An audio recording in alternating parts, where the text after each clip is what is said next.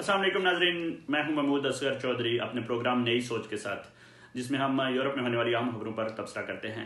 आज की वीडियो में हम बात करेंगे कि इटली के सदर मत्तरेला ने नई हुकूमत बनाने के लिए सुपर मारियो को बुला लिया है। सुपर मारियो कौन है और कौन है ये नई शख्सियत जिनके बारे में सदर ने कहा था कि ज़रूरत है कि हाई प्रोफाइल लोगों को मुल्क का इक़्तिदार दिया जाए ताकि वो मुल्क को ठीक कर सकें।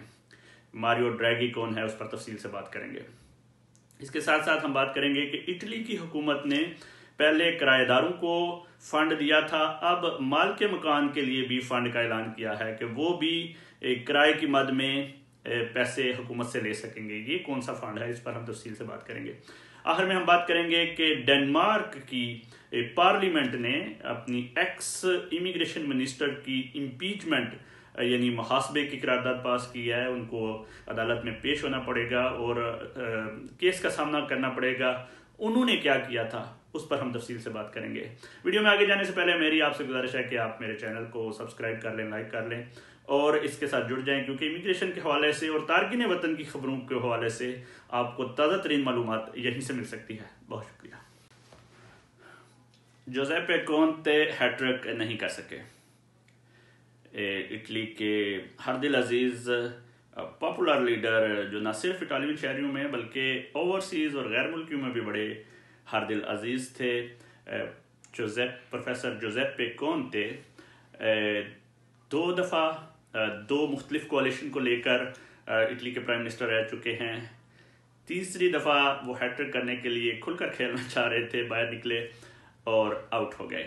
उनको बहुत ज़्यादा कॉन्फिडेंस था कि उन्होंने वोट ऑफ कॉन्फिडेंस जीत लिया था कौमी असम्बली में भी और सेनेट में भी, लेकिन सेनेट में उनको एब्सोल्यूट मेजॉरिटी नहीं मिली। तो उन्होंने कहा कि मैं इस्तीफ़ा देता हूं और नए सिरे से कोalition बनाऊंगा और ज़्यादा मजबूत तरीके से हुकूमत को सर्व कर सकूंगा।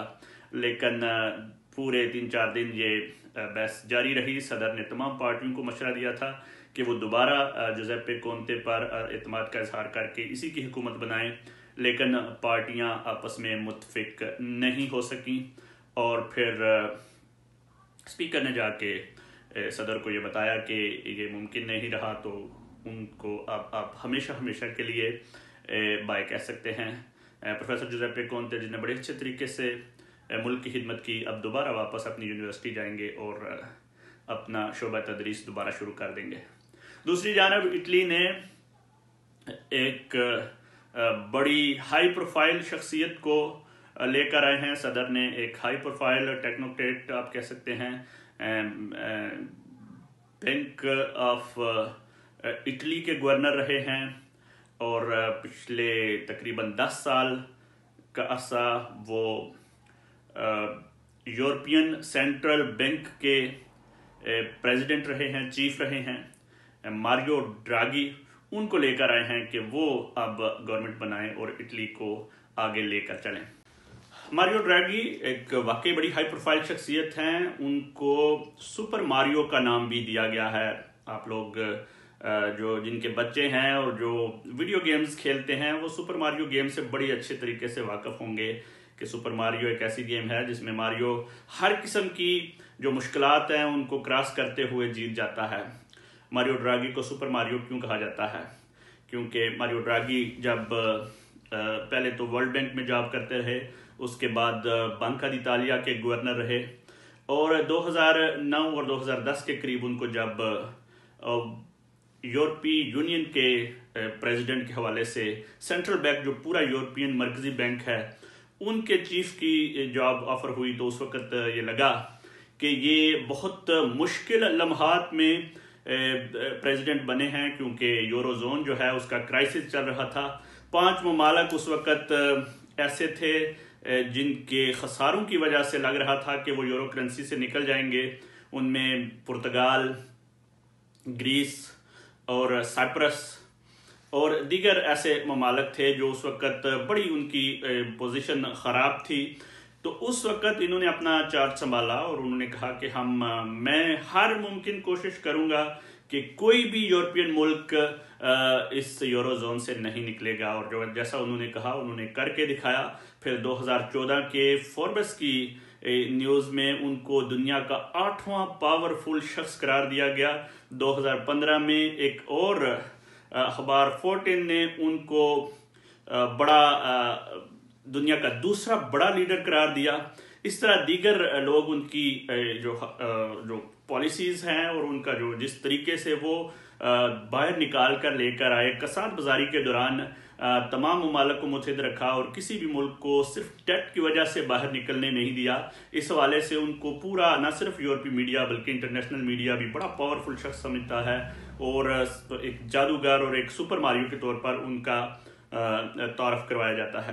बुध के रोज़ अतालवी सदर मातेरेला ने उनको बुलाया अपने दफ्तर और उनको यह दावत दी कि वो हुकूमत बनाएं और तमाम पार्टियों को साथ लेकर चलें। ये एक पॉलिटिकल नहीं होंगे, एक टेक्नोक्रेट आप कह सकते हैं, जिस पर जो किसी भी पार्टी को अहमियत नहीं देगा, जो सबको साथ लेकर चलने की कोशिश करेगा। उन्होंने ये ना सिर्फ जिम्मेदारी कबूल की बल्कि सदर का शुक्रिया अदा किया कि उन्होंने उन पर एतमाद का इजहार किया। ताज़ा तरीन सूरत हाल ये है कि शुरू में जो 5 स्टार मूवमेंट है, जो एंटी इस्टेब्लिशमेंट पार्टी कहलाती है, उन्होंने कहा था कि हम इनका साथ नहीं देंगे और ऐसा लग रहा था कि शायद ये भी ना बन सकें। लेकिन अब जो ताज़ा तरीन इंफॉर्मेशन आ रही है, जब मैं आपसे गुफ्तगू कर रहा हूँ, कि उनका जो लीडर है डी मायो वो पूरी पार्टी को कन्विंस करने की कोशिश कर रहे हैं, लेकिन अगर वो ना भी कन्विंस कर सके तो इटली के साबिक प्राइम मिनिस्टर बेर्लुस्कोनी ने भरपूर तरीके से उनका साथ दे दिया है।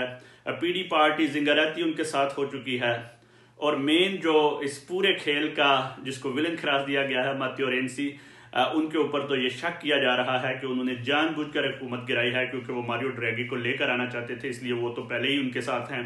और अब ये उम्मीद साल्विनी लेगा नॉर्थ के उनका ये कहना है कि हम साथ देंगे, लेकिन अगर ये भी दूसरा कौनते साबित हुआ तो फिर हम साथ नहीं देंगे।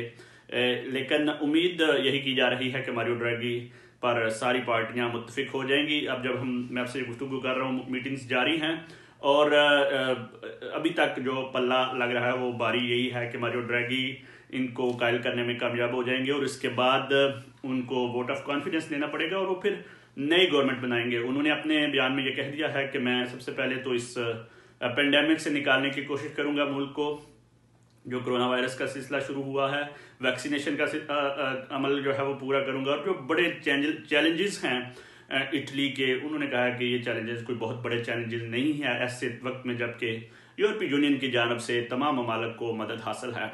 तो बहुत ज़्यादा उम्मीदें हैं उन पर कि वो अपने मुल्क को इस बहरान से निकाल सकेंगे। इस हवाले से ताज़ा तरीन अपडेट हुई तो हम इस पर वीलाग करते रहेंगे। इटली की हुकूमत पहले किराएदारों के लिए फ़ंड का ऐलान कर चुकी हुई है कि जिन लोगों को किराया अदा करने में मसला है उनको हुकूमत मदद करेगी, लेकिन अब एक अनोखा जो फ़ंड है वो भी सामने आया है बिलांचो 2021 में और इसको डिक्रेतो रेस्टोरो में भी शामिल किया गया है और फोंदो परदूतो में भी शामिल किया गया। ये है माल के मकान के लिए कि माल के मकान की भी जो हुकूमत है वो मदद करने जा रही है। ऐसे तमाम मालकान जिन्होंने अपने मकान किराए पर दिए हुए हैं और वो अपने किराएदार के साथ कॉन्ट्रैक्ट तब्दील करते हैं और उसकी किराए में कमी करते हैं, यानी मदद करना चाहते हैं अपने किराएदार की, उनको हुकूमत ने इख्तियार दिया है कि वो एजेंसिया दल इंतराते में अपनी एप्लीकेशन दे सकते हैं। हुकूमत उनकी मदद करेगी, उनको पैसे देगी। 1200 यूरो का ये फ़ंड रखा है हुकूमत ने ऐसे मालकान के लिए जो जिन्होंने मकान किराए पर दिया हुआ है और वो अपने कॉन्ट्रैक्ट की कंडीशंस तब्दील करने जा रहे हैं।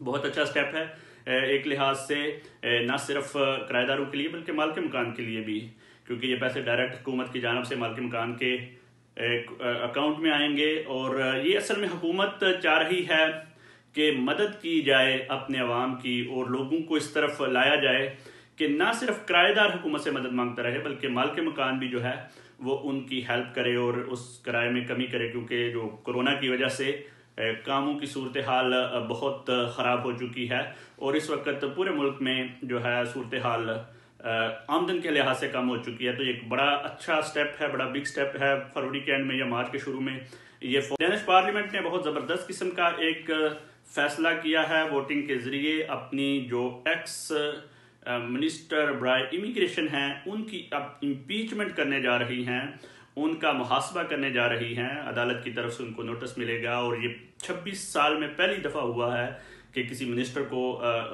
मुहासबे का सामना करना पड़ेगा।